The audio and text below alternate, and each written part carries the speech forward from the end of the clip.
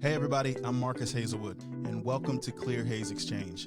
I'm an energy engineer with over 15 years of experience in sustainability and energy efficiency consulting. Many find these topics a little complex, so I created Clear Haze Exchange to help provide clear, actionable insight, clearing the haze, so to speak. We'll cover plenty of topics under the umbrella of energy efficiency and sustainability. Let's get into today's conversation. Welcome, listeners, to Clear Haze Exchange. In season 2, we're focusing on uncovering the hidden systems, perspectives, and trade offs behind sustainability decisions. I have a really exciting guest today, Sarah Merricks. Sarah is the Chief Strategy Officer and co founder of the Global Network for Zero, GNFZ, where she helps businesses, buildings, and portfolios accelerate net zero commitments with a strong focus on scope 3 emissions and cross-sector alignment. Prior to co-founding GNFZ with Mahesh Ramanujam, Sarah spent nearly a decade at USGBC, U.S. Green Building Council, as Chief of Staff and Senior Communications and Strategy Leader, helping shape global green building movements at scale. Sarah brings a rare combination of policy fluency, global sustainability strategy, and narrative clarity to the net zero conversation. Sarah, welcome to the show. Thank you so much for having me today. Excited for the conversation.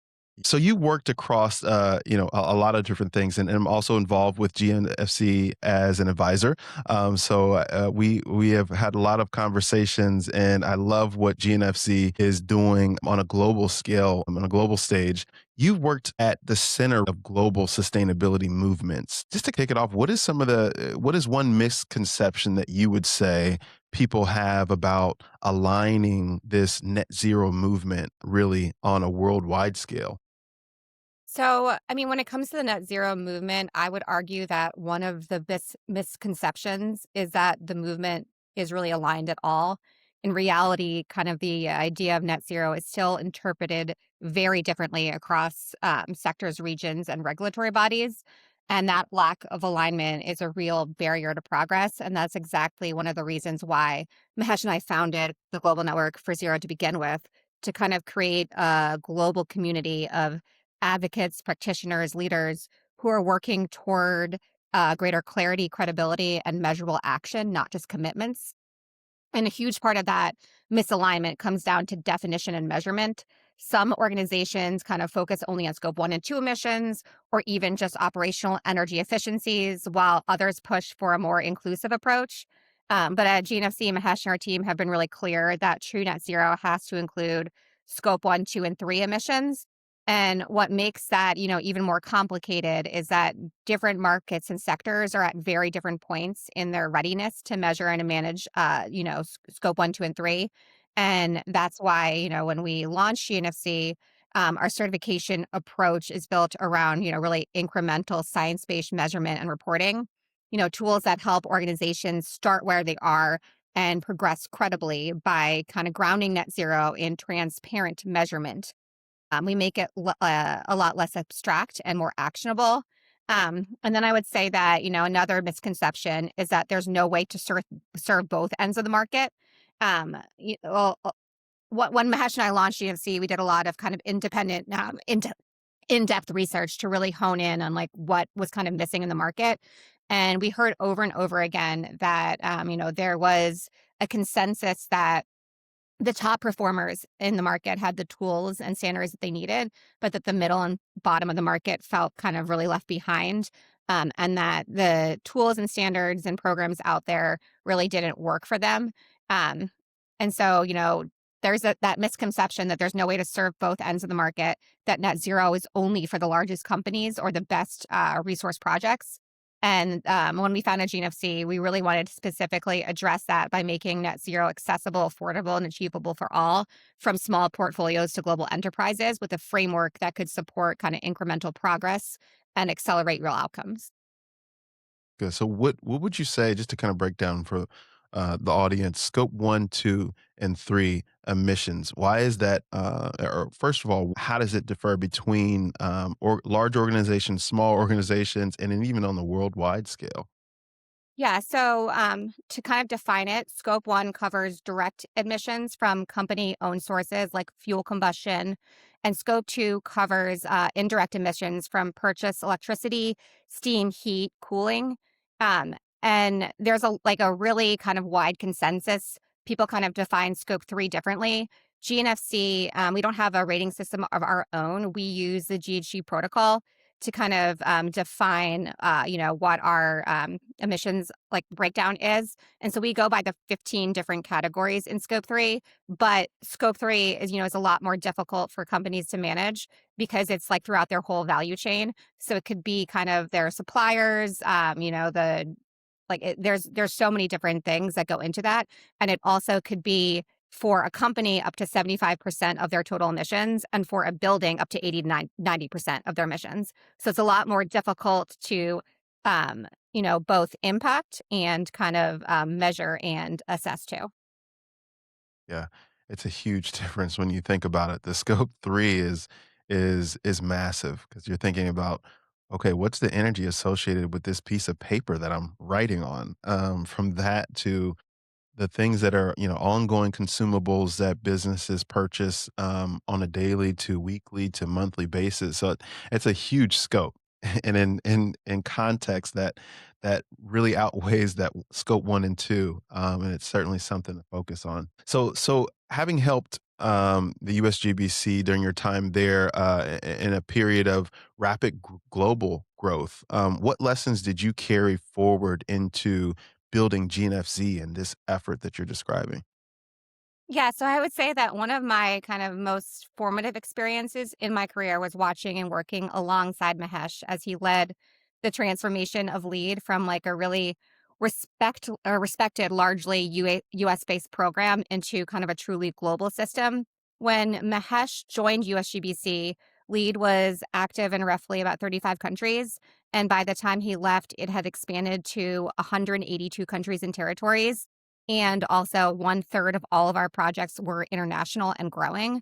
And that kind of scale doesn't really happen by accident. And what made that kind of possible was really clarity of vision. He understood really early that sustainability would not be solved building by building alone. So he expanded the program from beyond individual assets into cities, communities, and also diversified and added in other programs and systems. So the conversation kind of really evolved from single projects to districts, from buildings to urban infrastructure, from efficiency to resilience and quality of life. And that expansion really required, I would say, like three distinct things. First was that clear and consistent vision. He articulated that green building was not a niche market, it was the future of development globally. And he repeated that vision like really relentlessly. And then, second, a really disciplined execution. The global expansion of LEAD require, localization, partnerships, governance, adaptation, and credibility. And you can't really grow from and expand from 35 to 182 countries without really building trust in each market. But the rigor had to remain intact while allowing flexibility for local contexts. And, as part of that, he opened up, offices internationally, and built, really localized teams to support kind of each market. And then lastly, I would say was, the courage to evolve the platform. He didn't treat lead as static. He treated it as a really living system that needed to grow with the market, expanding into cities and communities, because the scale of climate change demanded it. But he also added in, a performance based approach to lead with adding the ARC program. And then he also added a decarbonization metric and health metrics for the first time. So the lesson I really carried forward like into GNFC is that, vision matters, but vision without execution is really rhetoric. And execution without vision, leads to fragmentation. And sustainable transformation really requires, both kind of a guiding North Star and, the operational discipline to move markets toward that star. So, that's really been deeply embedded in how we think about building and convening networks today at GNFC, since we are, a global network of leaders working together. Because that next phase kind of the, sustainability net zero movement requires kind of the same clarity, but at an even more integrated systems level because, our climate targets are rapidly approaching. Yeah. Yeah. So you mentioned segmentation as a major barrier. So where would you see fragmentation most clearly today? I think there's a couple reasons that we really see going back to that, like our arguments about what near net zero even is. We're still seeing conflicting definitions and standards about what it is. There is also a disconnect between policies and sectors with national commitments and regulations, regional rules, state and municipal requirements, kind of corporate pledges, investor demands. All of these can point in really different directions, creating confusion for organizations trying to act. And then on top of that, many organizations are chasing, various different levels, rating systems, or certifications. They're also tracking their data on different platforms and in different ways. And so there's a lot of confusion out there. The building sector has really long chased labels without kind of a lot of clarity on whether those reflect real progress across wastewater, energy, and emissions, including scope one, two, and three. Plaques and PR still dominate motivation. And while that is a really good thing and has helped, really transform kind of the market, it can often lead to inconsistent results. And I've heard Mahesh describe kind of the value proposition for net zero is fundamentally a math problem. He always says, if you can't measure it, you can't management. And numbers and quantification turn kind of ambition into something like really predictable, plannable, and real. So you can see, there's so much fragmentation, but what's really needed is kind of greater alignment, but alignment grounded in measurement.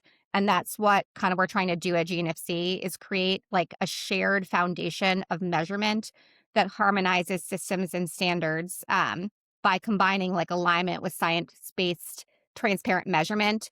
GNFC is trying to like ensure organizations focus on actual emissions reductions.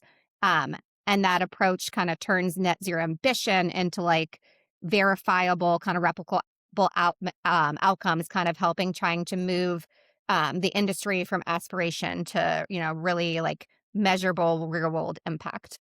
Yeah. I love the statement, "You can't manage what you don't measure." There's I think there's a lot of, organizations seeking to pursue operational reductions or certifications. But the reality is, a lot of organizations, from my experience, will get the certification and then ongoing management tends to fall off. And that's where the value comes in, is managing great achievement afterwards. And you talked about, looking at this approach as more of a network model rather than the typical framework similar to lead and the rating systems that are out there that exist. So, what was the realization that this needs to be a network model scale? So when Mahesh and I left USGBC, we knew that we really wanted to like focus our efforts on breaking down the barriers that existing buildings, specifically faced in being able to implement green building efforts. Existing buildings has always been a really big passion area of Mahesh's, but we also knew we didn't want to like create yet another rating system. And we didn't start GNFC because the world needed a rating system. We definitely recognize that framework fatigue is real, and organizations are really overwhelmed by certifications, disclosures, reporting structures. So I mentioned we did in-depth market research to hone in before we even kind of launch on what was the unique value proposition that we could bring to the market to scale change and offer a unique and different approach. So we interviewed business leaders and policy leaders working in decarbonization across the United States in specific key markets. And we heard, that same thing over and over again, that the existing programs were doing a great job for the top performers in the market, but the middle and bottom were looking for new approaches. Mahesh has always stressed, the idea of all buildings in. So we knew that we wanted to create, a different, more flexible, streamlined, and simple approach that all buildings, regardless of their current performance, could put in place a roadmap to transition their assets to net zero over time. And so where we landed was with not creating a rating system of our own, but a net zero certification platform that's backed by GHG protocol, which 92% of Fortune 500 companies are already using in their GHG counting, and taking an incremental approach to certification. But our goal was always to be more than a certification body, to kind of create a network of leaders working together to accelerate the realization of a zero emissions world. There is, a ton of power in networks. And our years kind of working in the green building community have, shown us that there's really big power in community.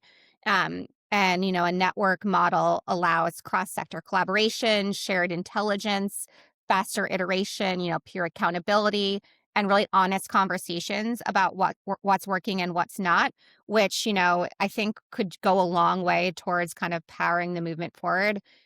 So I think much of progress has been hindered because organizations are scared to talk about what they're doing well and what's not working. So our goal was to really kind of try to build that story and help move everyone along. Um, so yeah, I mean, what I would say if I had to like sum it up is that like you can't standardize your way out of like market fragmentation, but like you can convene your way out of it by really building a network to work together. That makes sense. So thinking about the different countries that Global Network for Zero has been involved with, there and also the different approaches to sustainable buildings. Where do you see countries prioritizing very different levers concerning policy, finance, technology, or culture? Yeah, I mean, I would say my time at USGBC, really showed me one thing that I found really interesting, and I think I've seen the same thing at GNFZ, is that it wasn't the markets that everyone expected to lead first that ended up embracing decarbonization the earliest or the most. I was involved in the launch with Mahesh of Lead Zero at USGBC, and our first projects were actually from tier three cities in the US and in Latin America. And now, we're seeing the largest market for net zero certification kind of across all programs out there being India. And I think people really expected that that would come from tier one cities or iconic buildings or marquee projects in the US or Europe. But, in the US, decarbonization is still, a really big political debate. While it's not so politicized in other regions around the world, especially areas like the global south that are dealing with the effects of climate change in real time. Mahesh, for instance, was born and raised in Chennai, India, which is one of the most water stressed places in the world. So, what I would say is on the one thing that we are seeing is that different countries pull different levers first, if that makes sense. So, like Europe often leads with policy, the US really leads with incentives and capital markets. The Middle East leads with technology demonstration, speed, and then parts of Asia, like India, lead with scale and urban integration. India is trying to become a developed nation by 2047. So that's, a big part of why we're seeing kind of net zero take off there. And then Latin America often centers like resilience and climate vulnerability. But, long term success requires kind of all of those to align policy, finance, technology, culture. So kind of having all of those in place, I think would really set, a region up. That's good. So what would you say, what regions, and I think you mentioned one of them, what would you say what regions you move the fastest on buildings in terms of policy impact, the capital. Then you have the climate influence and the government influence to push change. And then maybe there's not as much political pushback. But what regions tend to move the fastest? Yeah, I think when you look globally, the regions that move the fastest tend to like share a few common characteristics. They have really clear long-term policy signals, greater regulatory consistency, really strong public-private coordination, grid modernization, and a more like a cultural normalization of efficiency and performance. So the reason we're seeing India in particular move quickly, it's for a really strategic reason. Their net zero target might be 2070, but it's not positioned as an isolated climate commitment. It's being integrated with the nation's broader economic development vision to become the world's third largest economy. And then their vision of this, I think it's called Viksit Bharat, or the goal of it's becoming a developed nation by 2047. When as a result of that, 70% of the buildings that are needed are still being built. So when decarbonization is framed not as a constraint, but as a pathway to modernization, infrastructure strength, global leadership momentum really accelerates. So the amount of buildings that are being developed and created in India right now, it creates a really enormous opportunity, but also responsibility to embed performance standards now rather than later. To make sure that they're high performing from the onset. So speed happens when sustainability aligns with like national identity, economic growth, and infrastructure development. Yeah, Um, so you would say would you say or how would you say energy cost and grid reliability in areas that are sort of developing, how do those come into play and the pressure of reshaping it or the motivation, for reshaping it? I would say it often, like sustainability strategy in those instances, begins with that practicality again and not the ideology. So, many regions, energy costs or volatile are significantly higher than like what we see in the US. So, efficiency isn't framed as environmental leadership, it's cost stability. And then they are also still grappling with energy security. So, in those cases, electrification, on site renewables, accelerate not just for like carbon reasons but for like reliability, resilience. I would say, definitely grid reliability, another like huge major differentiator. In parts of Asia, Africa, and even Europe during periods of like energy disruption, on-site generation, microgrids, battery storage are not like aspirational technologies. They become necessities. So buildings are being designed as like energy assets because reliability can't be assumed in those instances. And then I would say going back to that, in India, the rapid urbanization development pressure, I would say also plays a really critical role with millions of square feet being built every year. It goes back to that again, to that choice of whether to embed performance now or lock in inefficiency. So in those contexts, sustainability becomes about like really future proofing infrastructure at scale. And then I would say another thing would be that to those markets, resilience is not an abstract concept. The effects of climate change are really visible and personal to them. They have lived experiences, and that really changes the conversation and takes it away from that political debate. And it's not like discussion is not like if it's happening, it's like how do we adapt and reduce risk while continuing to grow. So sustainability strategy becomes really like deeply integrated with resilience planning. um, so I think sustainability in those markets is often framed less around ideology and more about like stability, economic continuity, and human impact.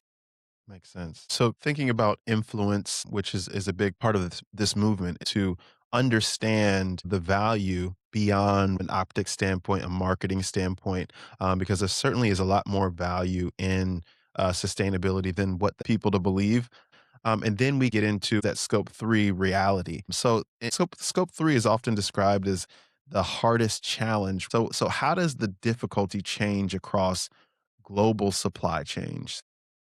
Yeah, I mean, I still hear it like scope three described as like the Wild West.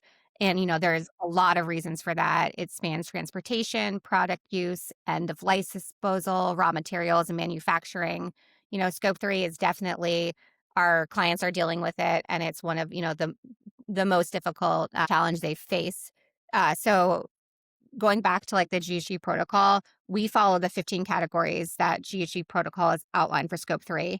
Um, and some of the many challenges like are also that they don't directly own their emissions. So the data is fragmented and self-reporting.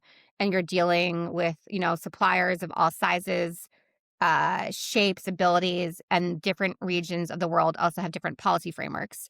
So it's really critically important that building owners and businesses are forming relationships with their suppliers and setting clear expectations that reflect the spirit and letter of the laws and like an ESG expectations, and really putting in place good relationships with suppliers and encouraging them to also embed sustainability goes a long way towards impacting your scope three metrics.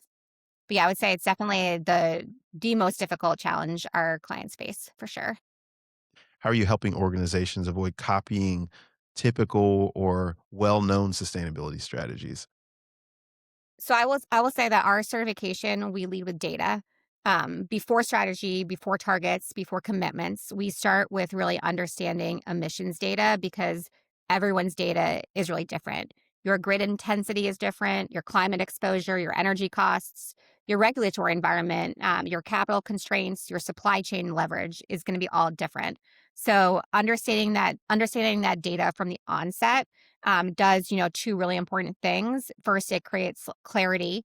It removes assumptions and replaces them with reality.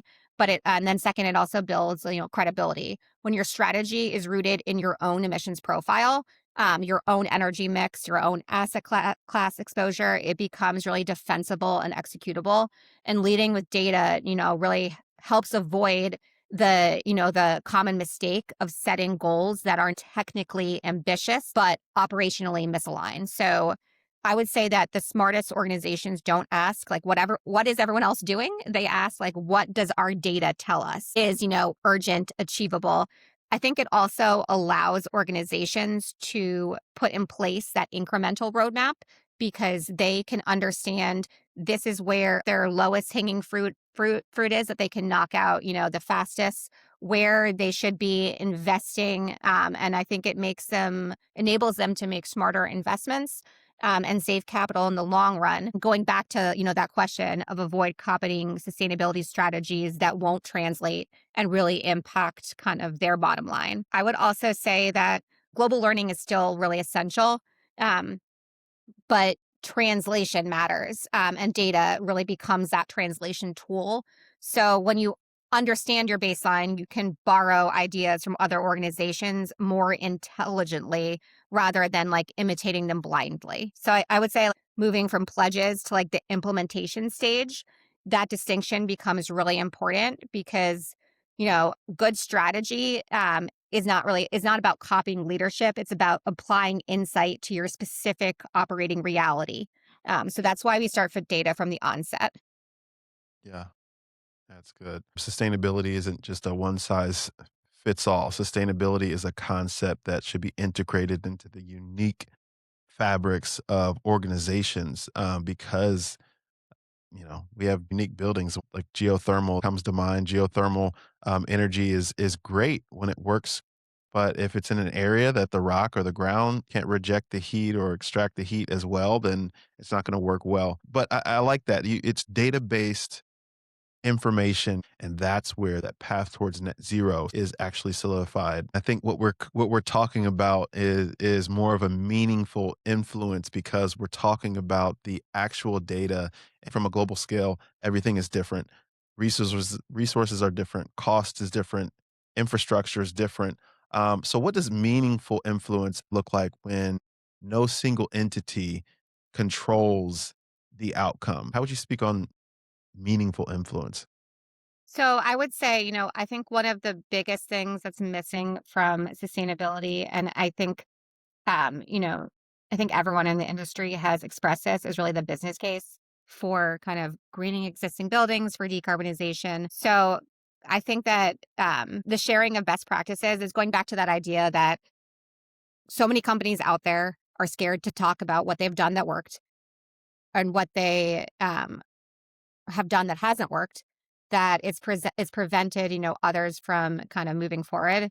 So I think the sharing of best practices and successes as well as strategies that miss the mark, but with data tied to it, is really critical to moving the movement forward. And it also got advancing behavior change like across kind of the entire industry as a whole. Having data tied to it, I think, is really critical. I think that's a part of why we kind of tried to build a network, is that our hope is that as we have more and more people going through the certification, and the platform is data backed, that we can really tell the stories and strategies of what's working with that local context and data embedded into it, so that it goes back to that idea of like people trying to like avoiding the copying sustainability concepts because it has data tied into it. So, that I think would go a long way towards kind of providing meaningful influence for the market as a whole. It makes sense because there's a lot of stories out there, different concepts of what people, have achieved, but it's more valuable when you can see the data backed on how that was achieved. But you make a really good point. The data is always critical. What does the data say? Show me the facts. So thinking about more leadership and the narratives that we're talking about and systems thinking. One guest that I had on out of the UK was talking about storytelling and how he built the storytelling around recycled plastics. And it stuck with me because storytelling is a big when you're pulling someone in from an area or field that isn't as heavily focused on environmental impact or sustainability. It's helpful to bring a story to help grasp that concept and especially for leadership as well. So, how does storytelling differ when speaking to global audience versus here in the US? So I would say in my experience that the core of the story doesn't necessarily have to change, but the framework and the context absolutely does. When we're speaking to global audiences, we really have to present a story that we're telling them in a way that reflects their lived reality, their regulatory environment, their cultural context, the economic pressures they face, and the local priorities that they face as well. When we were at USGBC, that was a big part of why Mahesh was really successful in expanding lead internationally during his time. He understood that he couldn't like scale impact from a single headquarters, and that you have to be fully present in other regions, opening office, empowering local leaders, trusting them to frame shared sustainability goals in a way that makes sense within their own markets. And that shift made lead far more relatable and actionable globally. And I don't know if you're familiar with the Living Standard campaign that he launched when we were at USGBC, but that was a campaign really grounded in storytelling. And this was before the pandemic. But was the idea was to talk about green buildings as wasn't it wasn't just to talk about them as a technical achievement, but to tell a really human centered story, one focused on quality of life, health, resilience. Um, so the campaign's goal was to reframe sustainability from being about compliance or certification to being about people and prosperity. And we did a lot of research and released two reports where we polled people, and the idea was that the narratives that and the language that we were using around sustainability when they were like more technical or like efficiency based, they didn't necessarily translate. But when we grounded it in how it impacts their daily lives, it resonated. So that narrative travels well globally because every community, regardless of their geography, aspires to that higher standard of living. The specifics may differ, but the human aspiration is really universal. So for me, I would say global storytelling is less about changing the mission and more about honoring the local context while connecting to shared human goals, quality of life, prosperity. Yeah, that's good. What role would you say advisors, consultants, and networks play in keeping this movement honest? Yeah, so I will say, and you're one of our advisors. So at at Global Network for Zero, we have a network of advisors that the goal is they keep us focused and they challenge us to dive in deeper, especially into the areas of their expertise. And most of them are practitioners who have decades of experience in the movement, so they know the real pain points that various sectors are like trying to decarbonize or facing. I think networks are tremendously important because they collectively push the net zero movement to be better. That's why networks in our name. You can't really like achieve net zero at scale by yourself. There is like so much work to do. And the more you can collaborate, the more you achieve. So I think networks, advisors, consultants create healthy peer pressure among leaders to really accelerate action. And they allow for like sharing of successful methodologies that kind of prevent reinvention. I also think that advisors and consultants have the opportunity to push frameworks such as SBTI, GC protocol, that in a way that's like not selective and unreliable shortcuts. I would say networks and advisors can convert aspiration into accountability. I would say that's one of the main things that they do. Good. Yeah, I like that. The reason I like that question is keeping this movement honest because I'm all about understanding the practicality. Because, like you said, in the U.S. there can be a political challenge to overcome, and I think from that angle there is a need to understand the honest payback ROI that would be added by pursuing a sustainability certification. There has to be an honest conversation about what is the true benefit, not just that it's helping the environment, but a way of better operating buildings and organizations. And that's what I'm an advocate for, of course, and why I love the work GNFZ is doing is because it does keep that conversation honest. So, in closing, what would you say is one global sustainability assumption that you've personally had to rethink? So I will say this actually goes back to the first job I had working in kind of the energy and environmental field. Yeah. So I learned this lesson very early on, but I worked on the Hill uh, when I kind of was first entering and was responsible for analyzing every energy and environmental bill that was introduced over two congressional sessions.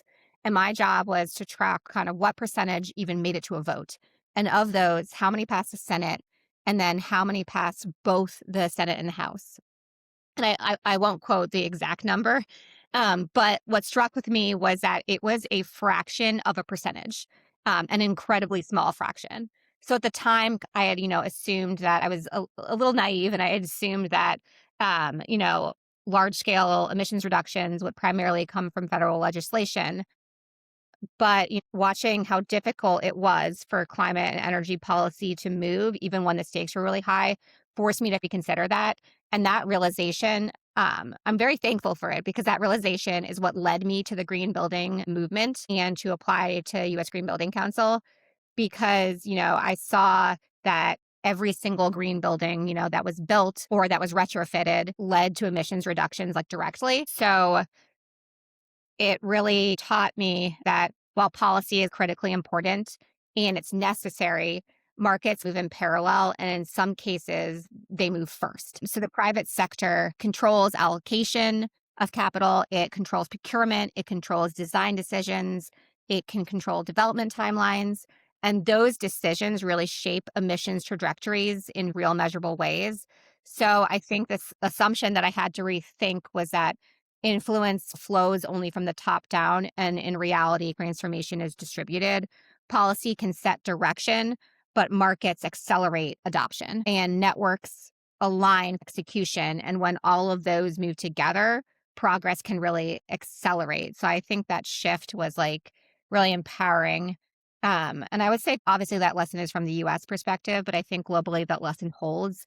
Some of the fastest progress that we're seeing today is happening because companies, developers, investors, even cities chose not to wait.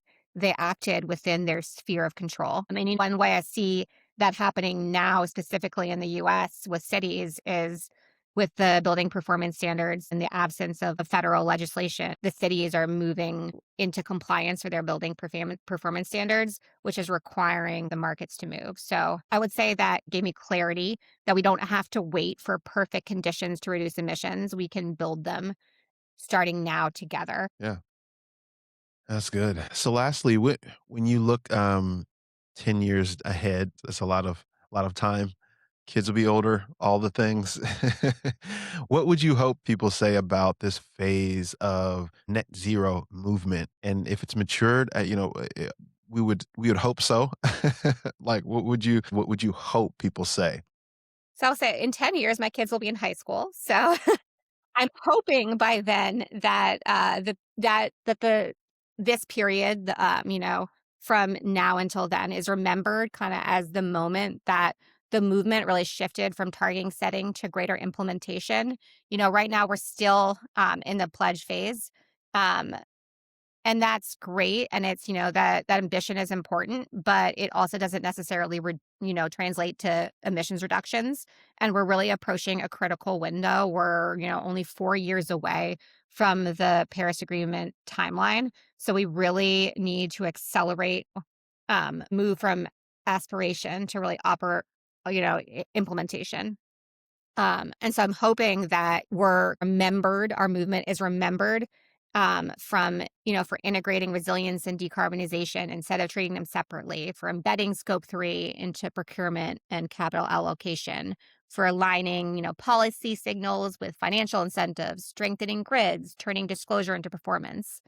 I hope that implementation is really like the center of gravity, um, and where we stop talking about net zero as marketing headline and it's more like a climate strategy that is embedded into finance, operations, development decisions. Um, and I also hope that, this is when like alignment for the movement really deepens. And that, we break down the silos, the barriers, through a network approach, and that global collaboration increases rather than staying fractured. Um, um, I don't think it'll be remembered for like the number of pledges that are announced in the next 10 years. It'll be remembered for those measurable reductions, resilient infrastructure, capital reallocation at scale. So not for visibility and marketing, but for execution implementation. That's good. That's good. Well, that was very well said. I really appreciate your time, Sarah. You covered a lot of ground in this, and I think it was really, really eye opening, both for me and hopefully to the audience. I think there's a lot of things to think about from a global scale that can benefit different regions. And to your point about data, it needs to be data based. The influence organizations and people like you and myself need to have has to be around honest conversations about how we can project and move things forward. So you spoke really well to that. Appreciate your time and chatting with you as usual. Any other thoughts that you have? If I could make just one pitch to visit the Global Network for Zero, globalnetworkforzero.com, and join the network. Yes, absolutely. Meet, There, meet, and it's meet an everyone. amazing website too. Thank you. But But thank yeah, you. so Thank you. I really enjoyed the conversation today. It was fun. great.